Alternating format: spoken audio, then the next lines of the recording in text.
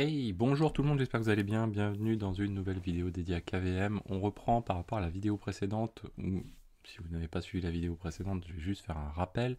Donc ce qui s'est passé, c'est que j'ai lancé une VM que j'ai créée via un disque créé par VirtBuilder. Donc ça a été très bien, très rapide, pas de souci. Le principal inconvénient, c'est qu'en fait, du coup, il m'a généré un password automatiquement hein, à la fin du VirtBuilder. Et pour utiliser ce password ici, quand j'arrive dans la console, vu que j'ai pas activé le SSH non plus, je peux pas facilement passer ce password là, et je me retrouve du coup avec une réinitialisation du login qui se fait toutes les minutes, je pense, quelque chose de ce goût-là. Et du coup, c'est pas du tout facile de taper les passwords, sachant qu'en plus, alors bon, moi je suis sur un clavier AZERTY, lui il est bien sûr en QWERTY, bon, ça demande un petit peu d'habileté, qu'on n'a pas toujours, et du coup, je vous propose aujourd'hui de découvrir comment on fait pour changer, casser ce mot de passe une fois que la VM a été créée. Ou si elle n'a pas déjà été créée directement sur l'image QCO2. Alors déjà de base, ce qu'il faut éviter de faire, c'est quoi, il faut pas le faire, c'est intervenir sur la VM à chaud. Donc première chose à faire, ici je prends mon Virt Manager et là ma VM je vais la shutdown directement, voilà, toc. Donc là il l'a arrêté. Donc maintenant je vais pouvoir intervenir dessus. Si on fait pas ça, ce qui se passe, on va risquer d'avoir des disques, des corruptions de disques. Et du coup, on va avoir une VM qui va être plantée à la fin. Donc le principe est assez simple. Première chose, déjà, on va générer un password. Alors, hop, voilà. On va générer un password avec OpenSSL, par exemple. Voilà. Hop, comme ceci. Donc là, j'ai un password. Après, là, je suis sur, ça doit être du MD5, je pense, $1. Ou du SHA-1, peut-être même. Donc à vous de définir un peu le niveau de dureté. Là, on n'est pas assez dur hein, de toute façon. Donc là, j'ai arrêté ma machine. Ce que je vais faire, je vais utiliser un outil qui s'appelle GuestFish, qui permet de se connecter, comme vous voyez, sur un disque et de le rendre modifiable et de se rendre à l'intérieur de ce disque grâce à sa ligne de commande. Donc là, vous voyez, je l'ouvre en mode read-write, hein, c'est pour ça qu'il faut éviter à tout prix que cette image soit utilisée en même temps, ce disque soit utilisé en même temps que vous interveniez dessus. Donc là, on va se rendre ici.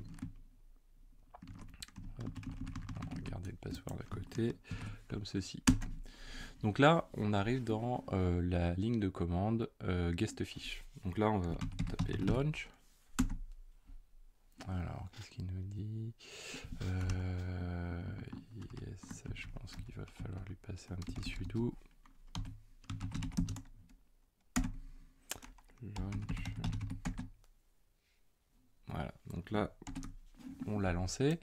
Et ensuite, on va pouvoir intervenir. Donc, on va pouvoir lister les file system, monter notre file system slash, parce que pour l'instant, voilà, on n'a pas de VM qui tourne, donc on n'a pas de slash non plus.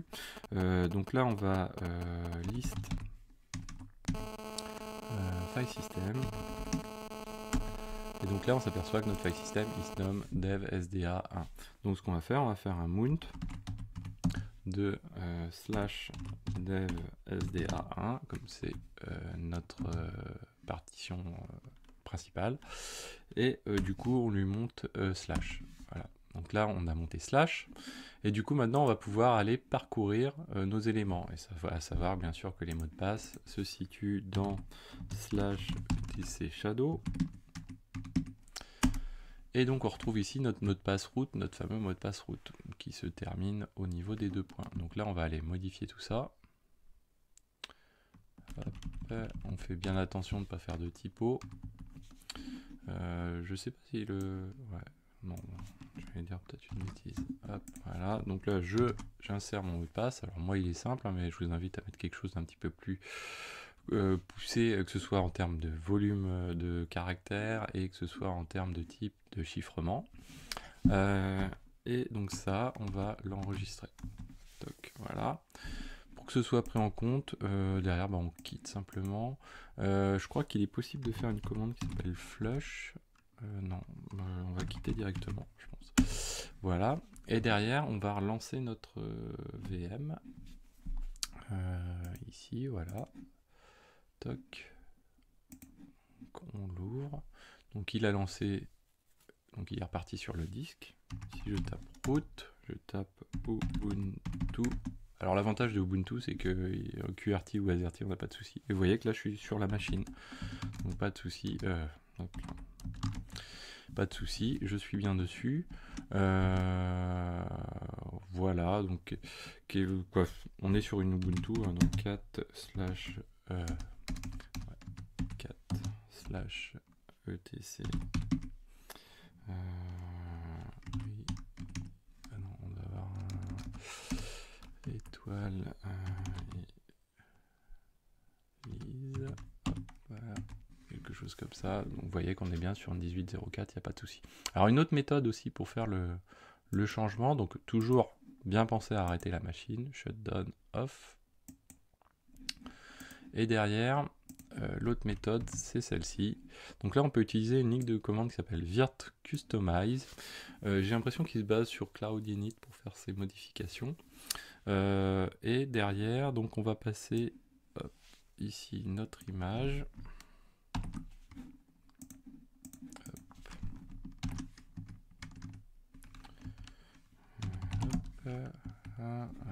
Notre image qui se nomme comme ceci. Voilà. Quoi, notre disque. Hop. Et derrière, on va lui passer. Donc nous, on va lui dire voilà, le mot de passe route, je veux que tu le réinitialises. Et tu me désinstalles ensuite Cloud Init. Donc je pense que ça doit se faire via Cloud Init. Quoique le Cloud Init, si ouais, c'est peut-être. Ouais, je pense. Donc là, il examine, il fait ses modifications, il désinstalle Cloud Init, setting password, et voilà. Donc là, il a fini. Donc là, on peut relancer la machine, du coup. Hop, voilà. Donc là, on a mis Ubuntu 2 pour le différencier de tout à l'heure. Donc là, elle est en train de démarrer. Root Ubuntu 2. Voilà. Donc là, je suis arrivé dessus, pas de souci. Donc voilà, que dire d'autre, bah, pas grand chose. Donc ça nous a permis, vous voyez, de nous débloquer un petit peu de ce qu'on a vu précédemment. Donc à éviter quand même ces interventions sur un disque déjà existant. Voilà, pour les problèmes de cooption de disque. Il vaut mieux de faire tout à l'intérieur, bien sûr, de la VM, et quand elle tourne, plutôt que d'intervenir comme ça à froid sur on ne sait pas trop quoi. Quoi, si on sait quoi, mais voilà, ça peut poser des difficultés. Voilà, donc j'espère que cette vidéo vous a plu, n'hésitez pas à la partager, à mettre des pouces bleus, à commenter, et moi je vous dis à très bientôt sur Xavki.